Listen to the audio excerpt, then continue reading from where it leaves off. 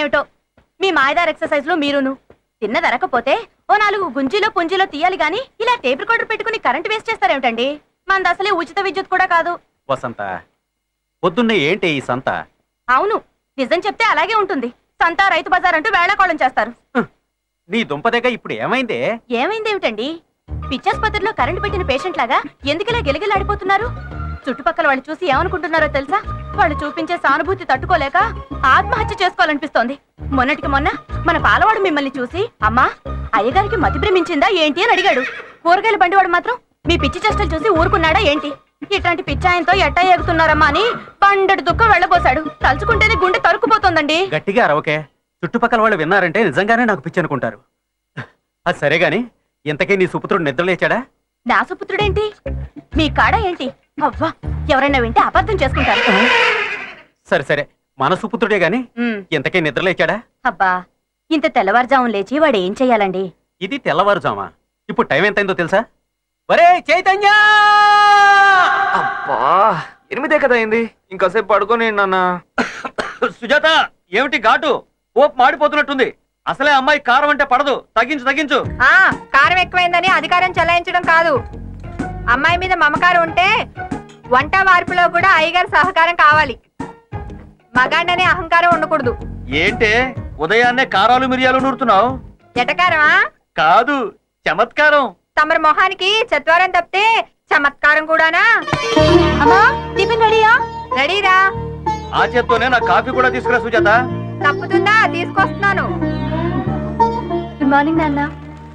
Very good morning శాంతి. తీసుకోండి.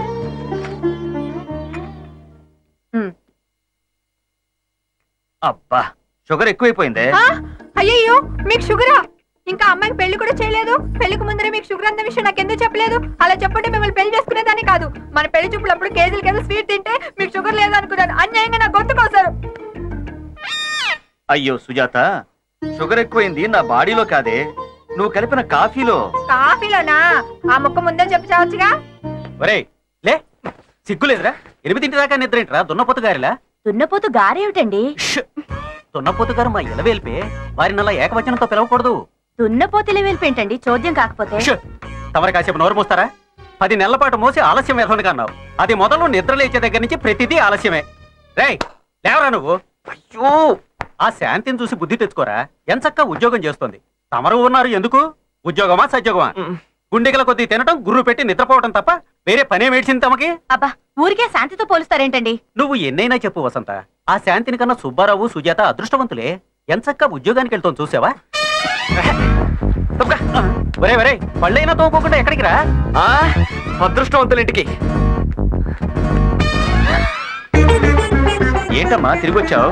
ఏమైందమ్మా? గండు పిల్ల ఎదురొచ్చింది. గండు పిల్ల? గండు పిల్ల ఎదురొచ్చిందన్నా? మన చైతన్యగా. గండు పిల్ల? తలుతీవే. ఎవరే గండు పిల్లి? నువ్వే బావురు పిల్లి. పోవే దయ్యం.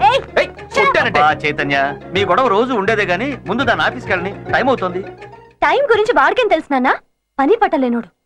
నేను పని పట్ట లేనివాడిని ఓకే, టైం సెన్స్ గురించి అస్సలు తెలీదు ఓకే. తమరికేం తెలుసమ్మా? ఇవాళ ఏం వారం చెప్పనండి.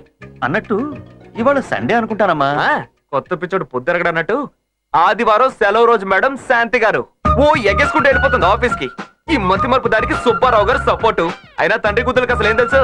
పాపం ఆంటీ పొద్దున లేచి టిఫిన్ క్యారియర్ కట్టి ఎంత అలసిపోయిందో పాపం. ఈ మొహం చూడండి. పిల్లలకి చేయడంలో అల్పెందుకు ఉంటుంది చైతన్య, ఆనందం ఉంటుంది. గానీ ఇదిగో మరీ మీ అంకుల్ తోనే ఏకలాగా చేస్తున్నాను. వీరసులు వినాయకులా ఓ మూల కూర్చుంటారే తప్ప ఇక్కడ వస్తూ తీసి అక్కడ పెట్టరు. ఎందుకే అందరి ముందు నన్ను చులకం చేసి మాట్లాడతావు? ఇదిగో ఇక్కడున్న కప్పు ఇక్కడ పెట్టానా లేదా? ఎందుకే అబద్ధం ఆడతావు? ఇది పని కదా? ఈ తెలివిదాట్లకేం తక్కువ లేదు గానీ తమరికి ఏకంగా బద్దకరత్నాన్ని బిరుదే వచ్చు. ఆంటీ అంకుల్ తర్వాత శాంతికి ఓకేనా? పోవే బావురు పిల్లి.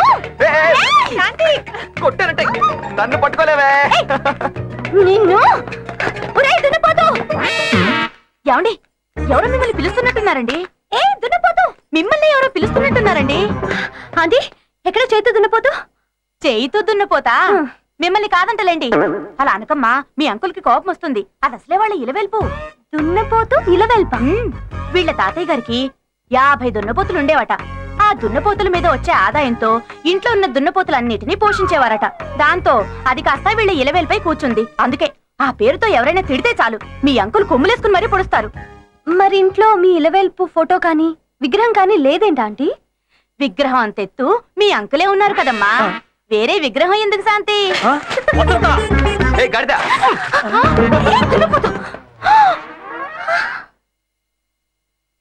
సారీ.